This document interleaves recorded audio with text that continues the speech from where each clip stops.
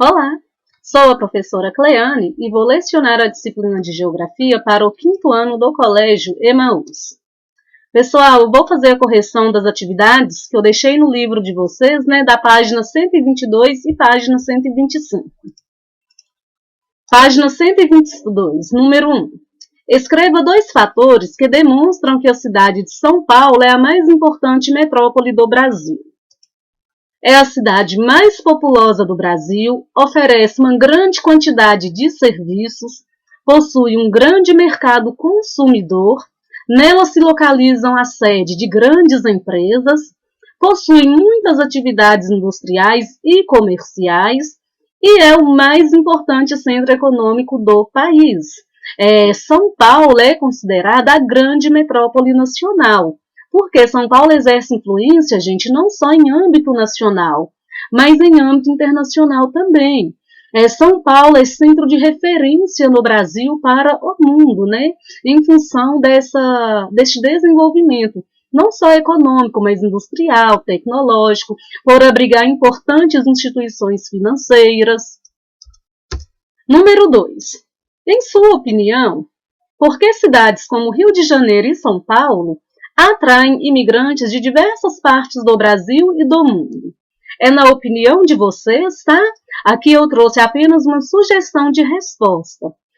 As duas cidades, elas concentram maiores oportunidades de trabalho por possuir setores econômicos mais estruturados e desenvolvidos que outras cidades da região ou do Brasil. O que isso quer dizer? São cidades, gente, que se tornam atrativas, para a população. Por quê? Mais oferta de emprego, mais oportunidades de acesso à educação, Mas essas cidades, elas não possuem infraestrutura para atender toda essa população. Então, essa falta de infraestrutura vai acabar levando a alguns problemas de ordem urbana, sociais também, e ambientais. 3. Caso more em uma cidade pequena ou média, escreva como é morar em uma grande metrópole. Na grande metrópole, o movimento de pessoas e veículos é maior, a rede de comércios é mais ampla e serviços bancários também. Possui maior oferta de acesso a serviços básicos, como educação e saúde. Na metrópole, os problemas urbanos e sociais são maiores. Na metrópole, as dificuldades encontradas também são maiores, Embora haja mais oferta de emprego, gente, o padrão de vida nas metrópoles, ele é mais alto, É mais caro viver nas grandes metrópoles.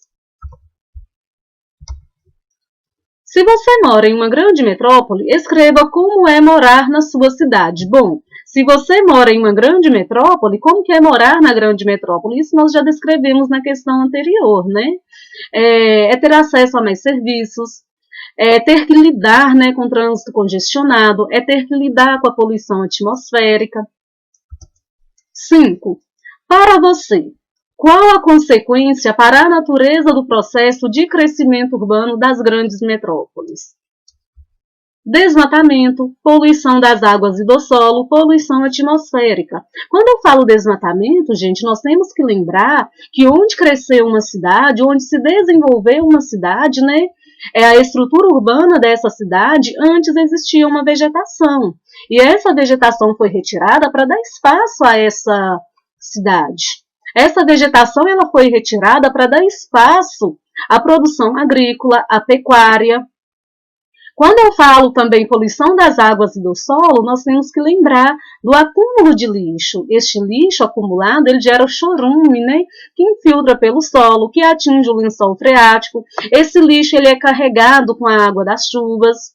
E a poluição atmosférica também.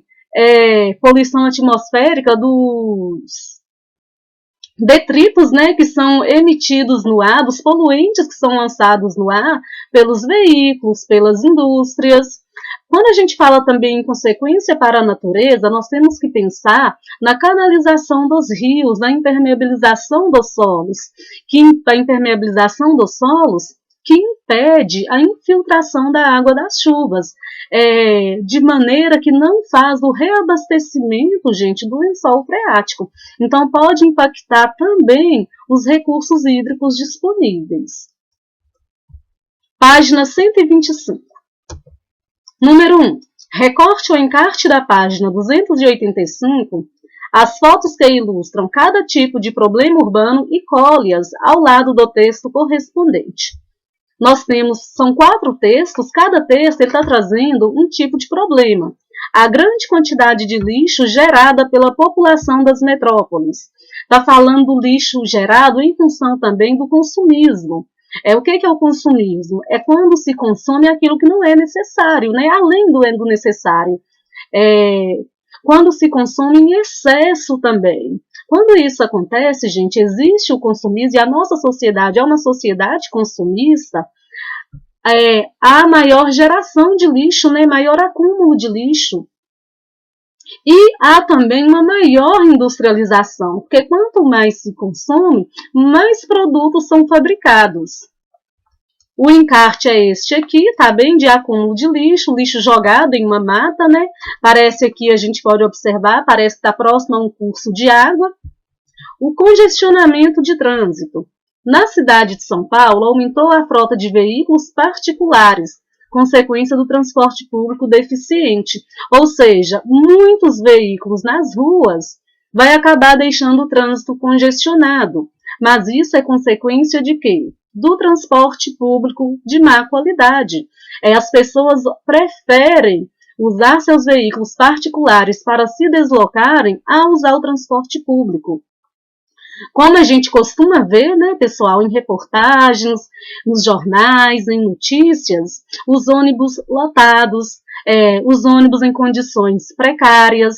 A gente costuma assistir também a depoimentos de passageiros, né, que utilizam o transporte público e que às vezes demoram muito tempo esperando este ônibus. Então, essa má qualidade do transporte público é uma situação comum não só nas grandes metrópoles, nas cidades menores também, tá? Trouxe aqui para vocês uma imagem demonstrando um trânsito congestionado, um trânsito engarrafado, né? O agravamento da poluição. Nós estudamos o tempo inteiro, né, gente, sobre a região sudeste, falando da urbanização e da industrialização. Nós vimos que a urbanização ela está associada ao desenvolvimento industrial. À medida que a região sudeste ela foi se industrializando, principalmente a partir de 1950, houve um intenso processo de urbanização. Lembrando que urbanização é quando a população da cidade cresce mais que a população do campo. Há uma migração da população do campo para a população da cidade. E todo esse processo industrial, todo esse processo urbano vai agravar a poluição atmosférica, a poluição de recursos hídricos, a poluição dos solos. Recursos hídricos, nós temos que lembrar também, gente, do esgoto, né? Onde que é lançado o esgoto residencial, onde que é lançado também os dejetos industriais. Tudo isso, quando a gente pensa em uma grande metrópole, a gente tem que pensar. O desemprego é de parte da população. Lembra que nós conversamos que as cidades, apesar de oferecerem grandes oportunidades, elas não têm infraestrutura para receber toda a população e também não têm emprego para toda essa população? Muitas pessoas vão acabar, gente, dependendo do trabalho informal. O trabalho informal é aquele que a pessoa não tem a carteira assinada. A pessoa não tem 13º, não tem descanso remunerado, não tem férias. E um outro fator também, essas pessoas que acabam ficando desempregadas, sem uma renda mensal, onde que elas vão morar? Né? Qual vai ser a qualidade de vida dessas pessoas? A qualidade da moradia dessas pessoas? Tem moradia para todo mundo? Todas essas questões, todos esses problemas urbanos, nós temos que conseguir fazer uma análise considerando, gente, toda a região, toda a população. Essa imagem parece uma manifestação da população, né, pelo fim da demissão, para não haver a demissão e nem a redução de salários.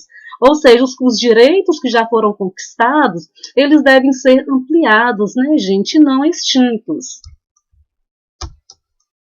Número 2. Como você pode perceber, os problemas urbanos das grandes cidades são graves e comprometem a qualidade de vida das pessoas.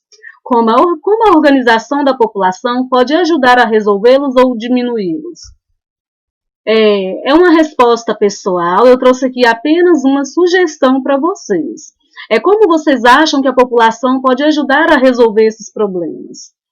Ações coletivas que pressionem o poder público a investir em setores sociais, organização comunitária, né, com lideranças fortes, para que essas lideranças possam também exercer pressão e acompanhar as decisões do governo. Acompanhar as decisões, gente, que são pertinentes à sociedade, que são pertinentes a toda a população. E essas ações coletivas, elas devem beneficiar a toda a população, devem ser estendidas a toda a sociedade, e não apenas a uma pequena parcela dessa população. 3. Entre os problemas urbanos comuns nas cidades do Sudeste, escolha aquele que, na sua opinião, deve ser tratado como prioridade pela sociedade. Justifique sua escolha. Também na opinião de vocês, é aquele que vocês julgam que deve ser priorizado. Eu coloquei aqui também apenas uma sugestão de resposta. Todos os problemas urbanos devem ser tratados com o mesmo nível de preocupação e prioridade, pois impactam de alguma forma na vida das pessoas. Às vezes, o trânsito congestionado, gente, ele não vai impactar na vida de uma pessoa, mas é essa pessoa que não tem uma moradia ideal, não tem uma moradia adequada. É essa pessoa que não tem acesso a saneamento básico. Por isso que todos esses problemas devem ser tratados, né, com o mesmo nível de preocupação. 4. Pesquise o significado de consumismo e explique a relação entre o consumismo e a degradação ambiental que observamos nas grandes cidades. Refere-se ao consumo além daquilo que é necessário, quando a gente compra aquilo que a gente não precisa. É o consumo excessivo. À medida que o consumismo aumenta, mais produtos são fabricados, mais energia é utilizada, né?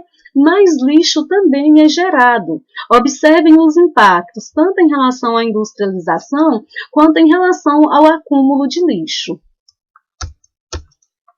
Sudeste, uma região com muitas desigualdades, né? Nós vimos que a região Sudeste, ela contribui, gente, com grande parte do PIB brasileiro. Lembrando que o PIB é o Produto Interno Bruto, né? É a soma de todas as riquezas produzidas no país ao longo de um ano. E a região Sudeste é a região que possui maior desenvolvimento econômico, maior desenvolvimento industrial. Porém, gente, embora a região Sudeste seja a mais desenvolvida, a que tenha maior contribuição com o PIB do Brasil, é uma região que apresenta muitas desigualdades sociais. Desigualdades em relação à moradia, em relação à renda. As favelas são parte da paisagem urbana das grandes, médias e pequenas cidades do Sudeste. Milhões de pessoas vivem em moradias precárias, sem acesso a saneamento básico, não têm acesso à água tratada, não têm acesso à coleta e tratamento de esgoto. Grande parte dessas moradias ficam em áreas de risco, gente, nas encostas de morros, né? E nos vales dos rios. Nós vimos que essas áreas de risco, elas são suscetíveis a deslizamentos, né?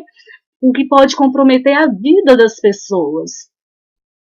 A baixa renda dos moradores, a falta de políticas públicas, gente, de moradia, e o alto custo dos terrenos e construções são os principais causadores da favelização.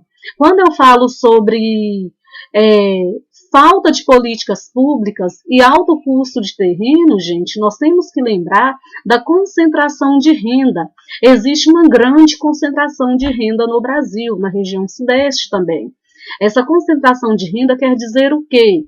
Poucas pessoas têm muito, enquanto muitas pessoas têm pouco. É comum nas grandes cidades a presença da população de rua. São sem casa, os considerados sem tetos, né? São aquelas pessoas que vivem em condições, gente, podemos dizer, de pobreza extrema. São pessoas que, pela falta de oportunidade de um emprego, pela falta de oportunidade a uma moradia, pela falta de oportunidade a acesso à educação. Educação, gente, não é a pessoa ser educada, ser cortês, não. É a pessoa ter acesso a conhecimento, tá bem? É uma formação. Na região sudeste, gente, a taxa de analfabetismo ela está abaixo de 6%, né? Então, grande parte a maioria, podemos dizer, da população do sudeste é alfabetizada, sabe ler, sabe escrever. Porém, muitos jovens, né, muitos adolescentes, em função das dificuldades que eles encontram dentro de casa, eles acabam abandonando as escolas para dedicar-se ao trabalho, né, para contribuir com a renda da família. E esses adolescentes, gente, eles que largam a escola, eles acabam sendo prejudicados. Por quê? Eles não vão ter uma formação complementar, né? E a falta dessa formação complementar torna este jovem, vai torná-lo um adulto desqualificado para o mercado de trabalho. E geralmente as pessoas que possuem uma menor qualificação são aquelas pessoas que ocupam postos de trabalho que recebem uma remuneração mais baixa. E uma remuneração mais baixa vai impactar na qualidade de vida da pessoa. Existe também, gente, a desigualdade, como nós vimos, né? Em relação à moradia, em relação à renda. Nós sabemos que na região sudeste, não só na região sudeste, mas nas outras regiões do Brasil, existe um alto padrão de vida para algumas pessoas e um baixo padrão de vida para outras pessoas. Existem pessoas que possuem um poder aquisitivo mais alto, que têm acesso à educação de boa qualidade, que são as escolas particulares, né? Melhores postos de trabalho, né? E moradias de luxo. E essas pessoas vão desfrutar das melhores condições de vida. São essas pessoas, gente, que vão morar nos condomínios de luxo, né? São essas pessoas que a gente pode dizer que vai ter a renda concentrada em suas mãos, que possuem um alto poder aquisitivo. Finalizamos a nossa aula. Tem algumas atividades para vocês fazerem. Copiem as perguntas no caderno, tá? Além dessas atividades complementares, tem as páginas 128 e 129 do livro de Geografia. Bons estudos para vocês, até a próxima aula e lembrem-se, juntos no caminho certo.